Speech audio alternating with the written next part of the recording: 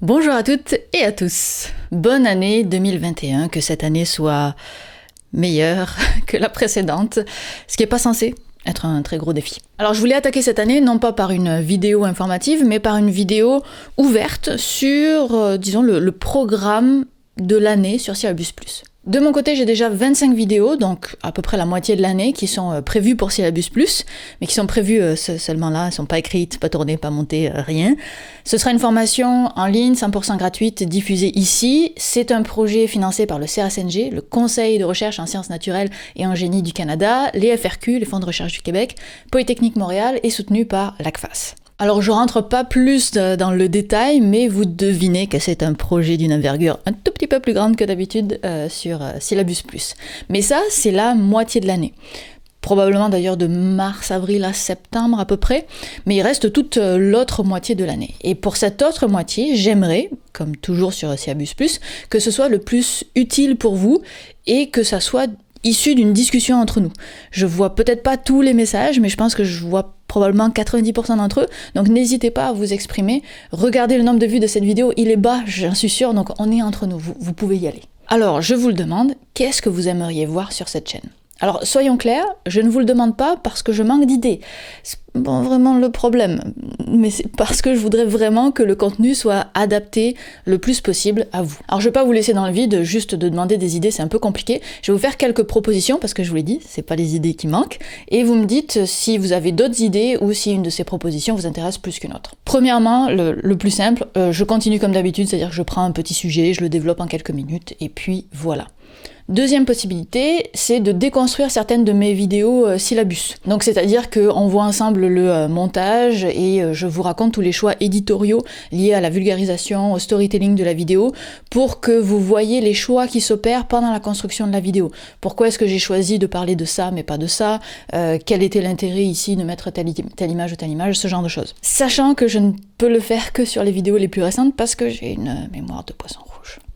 Troisième option, des interviews. Je pense que ce serait intéressant de sortir de ma zone de confort et d'aller interviewer d'autres vulgarisatrices et vulgarisateurs pour apporter un point précis qui est lié à leur pratique à elles ou à eux. Et je parle pas que de youtubeurs, je parle aussi de journalistes, de scientifiques, d'étudiantes, étudiants, médiatrices, médiateurs, enseignantes, enseignants, etc., etc. Comme on ne fait pas toutes et tous le même type de vulgarisation, je pense qu'il y a un intérêt à obtenir une multitude de points de vue. Quatrième option, des reviews en quelque sorte. Ça, c'est le truc que je refuse systématiquement depuis des années. Je reçois des mails d'autres youtubeurs qui me demandent mon avis sur leurs vidéos. Et j'ai jamais accepté pour beaucoup de raisons. La première, c'est que ça prend un temps fou. La deuxième, c'est mon petit syndrome de l'imposteur. Je me sentais pas légitime de le faire.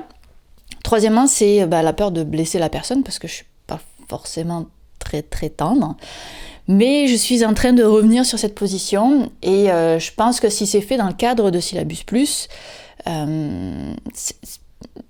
peut-être que je peux l'envisager. Parce que si je partage ça avec vous, en fait, le temps que ça prend devient justifié parce qu'on a tous à y gagner. Moi, j'aiguise mes compétences d'analyse. Vous participez à l'analyse avec moi, j'espère, en commentant aussi en description. Et je suis sûre que vous en retirez quelque chose. Et puis la personne en question, évidemment, ressort non seulement avec mon opinion, celle des personnes qui commenteront, et puis quelque part une petite pub pour sa chaîne par la même occasion. Donc, probablement qu'on y gagne un peu tous. Ensuite, je travaille à éliminer mon syndrome de l'imposteur et je me dis que si vous venez me chercher pour avoir mon avis, c'est que vous êtes ouvert à la critique. Alors je trouve toujours ça un peu casse-gueule comme type de vidéo. Je pense que ça existe de le faire, il y a une bonne façon de le faire. Reste à savoir si ça vous intéresse et si je trouve cette fameuse bonne façon de le faire. Qu'est-ce que vous en pensez ? Pour ceux qui sont motivés, ne m'envoyez pas vos vidéos tout de suite. Si jamais on fait ça, on va s'organiser autrement parce que ça va être le bordel sinon. Donc ne m'envoyez pas vos vidéos tout de suite si jamais vous êtes très motivé par cette option-là. Cinquième option, je pense, c'est de faire un tour du studio que j'ai construit chez moi.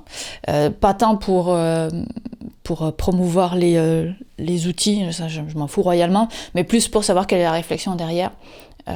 Mais ça ferait pas beaucoup de vidéos, là, mais à savoir si ça vous intéresse. Sixième option, tout ce qui est logistique. Donc comment est-ce qu'on organise des trucs tout con, là, mais les fichiers, comment est-ce qu'on travaille à plusieurs personnes, etc., etc. Mais ça, je suis encore en découverte moi-même parce que c'est assez récent que je travaille avec d'autres personnes. Donc à voir si la logistique, le workflow, donc comment est-ce que les outils que j'utilise pour créer les vidéos, ce genre de choses, why not? Et puis, 7e option doit être, évidemment, toute autre proposition est bienvenue, donc n'hésitez pas à les proposer. C'était mes options. J'attends vos réponses en commentaire. Dites-moi ce qui vous intéresse pas trop. Il n'y a pas de bonne réponse, il n'y a pas de mauvaise réponse, vous n'allez pas me vexer. Mais je le redis parce que c'est important pour moi. Je veux que cette chaîne soit utile pour vous. Je ne peux pas le faire sans votre participation. Donc, commentez. Sur ce, je vous souhaite une bonne année. Je ne vous dis pas de vous abonner parce que je sais que vous l'êtes déjà. Et on se retrouve peut-être lundi prochain. Qui sait? Allez, bye.